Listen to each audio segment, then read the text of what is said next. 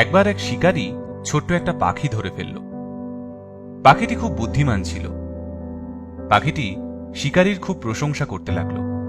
তুমি এত বড় শিকারী, জীবনে অনেক বাঘ মেরেছ, অনেক ভাল্লুক মেরেছ, এই করেছ সেই করেছ, আমি তো ছোট্ট একটা পাখি, আমার ওজন 100 গ্রামও না, আমাকে খেয়ে তুমি কি করবে? আমাকে খেলে তো তোমার পেটের একটা কোণাও ভরবে না, তার চেয়ে বরং আমাকে ছেড়ে দাও। তোমাকে এমন 3টি মূল্যবান বাণী শোনাবো যা তোমার সারা জীবন কাজে লাগবে। এমনভাবে সে কথাবার্তা বলছিল যে শিকারীর মন গলে গেল। সে ভেবে দেখল, ঠিকই তো, এত ছোট পাখি খেয়ে তো কোনো লাভ নেই, তার চেয়ে শুনি পাখিটা কি বলতে চায়, হয়তো এতে আমার লাভ বেশি হবে।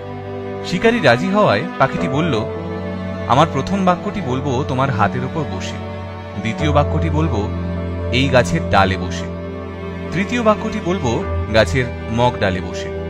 শিকারী বলল, ঠিক আছে। পাখি বলল, কখনো অলীক কল্পনা করো না, যা অবাস্তব সেটা কখনো বিশ্বাস করো না। শিকারী বলল, খুব ঠিক কথা, সত্যিই তাই, কখনো অবাস্তব কথায় বিশ্বাস করতে নেই। পাখি বলল, এবার আমাকে গাছের ডালে যেতে দাও, আমি দ্বিতীয় বাক্যটি বলবো। শিকারী পাখিটিকে ছেড়ে দিল। গাছের ডালে উঠে পাখি বলল, যা হাতছাড়া হয়ে গেল তা নিয়ে কখনো আফসোস করো না।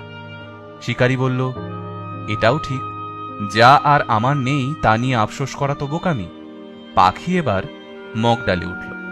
শিকারী বলল, এবার তৃতীয় উপদেশটি বলো। পাখি বলল, তৃতীয়টি বলার আগে দেখে নি আগের দুটো উপদেশের শিক্ষা তোমার জীবনে কাজে লাগিয়েছ কিনা।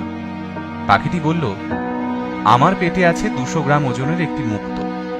শুনে শিকারী খুব আফসোস শুরু করল, হায় হায়, এ কি করলাম আমি, এভাবে হাতছাড়া করলাম ধনী হওয়ার এত সহজ সুযোগ। বলেই পাখিটিকে ধরার ব্যর্থ চেষ্টায় উপরের দিকে লাফাতে লাগল। কিন্তু পাখি তো তখন মগ ডালে। সে হাসল, বলল, দেখো, আমি তো আগেই বলেছিলাম অবাস্তব কথা কখনো বিশ্বাস করো না। আমার ওজনই 100 গ্রাম, আমার ভেতরে 200 গ্রামের মুক্ত থাকবে কিভাবে? বলেছিলাম যা হাতছাড়া হয়ে গেল তা নিয়ে কখনো আফসোস করো না, কিন্তু তুমি তাই করছো। তোমাকে আর কোনো উপদেশ দেওয়া অর্থহীন, কারণ অধিকাংশ মানুষের মতো তুমিও উপদেশ কান দিয়ে শুনেছ, তা থেকে শিক্ষা নাওনি। তোমার মতো বোকা ও লোভীদের কারণেই প্রতারকরা প্রতারণা করার সুযোগ পায়।